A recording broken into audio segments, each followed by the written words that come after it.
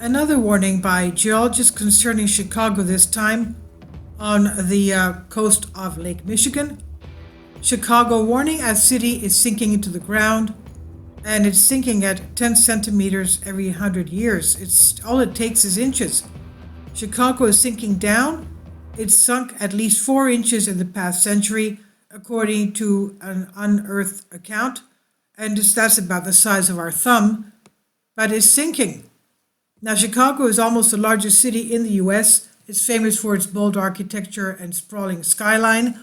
Lying on the shores of Lake Michigan, of the Great Lakes, it's home to more than 2.7 million people, making it America's third most populous city behind New York and Los Angeles. But it's sinking. For that matter, so is New York. But at this point, we're talking about Chicago. Now, the towering structures of the Windy City skyline are reported to be at least 4 inches lower than they were 100 years ago. And in the next century, Chicago will continue to sink at the same rate. Parts of northern United States and Canada that were once depressed under the weight of the enormous ice sheet are rising, but others are sinking, reported Chicago Tribune 2 years ago. Chicago and parts of southern Michigan, Lake Michigan, are sinking about 4 inches or a year, that's 10 centimeters to 20 centimeters. That's 4 to 8 inches every century.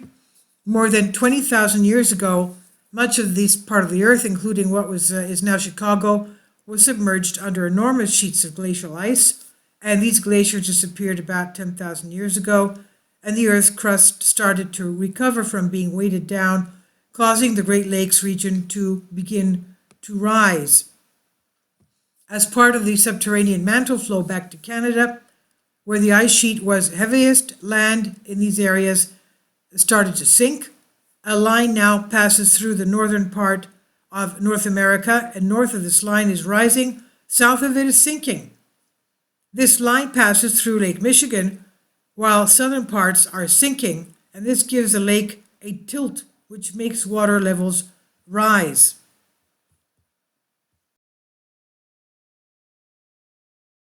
Finally, support my Patreon account.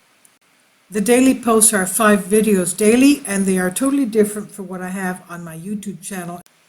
Thank you so much for your support and that you find all my content so interesting. You'll find the Patreon account details in the description box. The Earth's surface acts a little like a tube of toothpaste after it's pressed in the middle.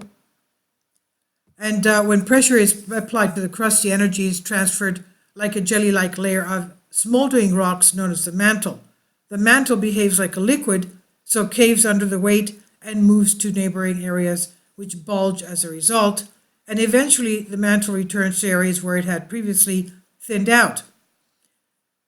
Geodesist Daniel Roman of the National Ocean and Atmospheric Administration, NOAA, said over a decade, that is a centimeter. Over 50 years, you're talking several inches. So that's a lot. It's a slow process, but it is a persistent one, he says. Chicago's gradual dipping could redefine floodplains, and the Windy City is not alone. The process of rising and falling of the Earth crust, called isostatic adjustment, is happening across most of the world.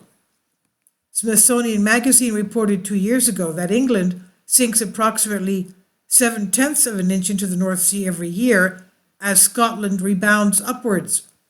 Parts of Alaska are rising at an estimated 1.18 inches per year, given new land to some families living across the coast.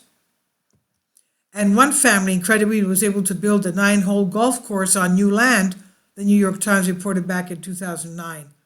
But this shifting could cause increased volcanic activity and earthquakes in some parts of the world because, of course, it's adjusting. This inflation, deflation is adjusting.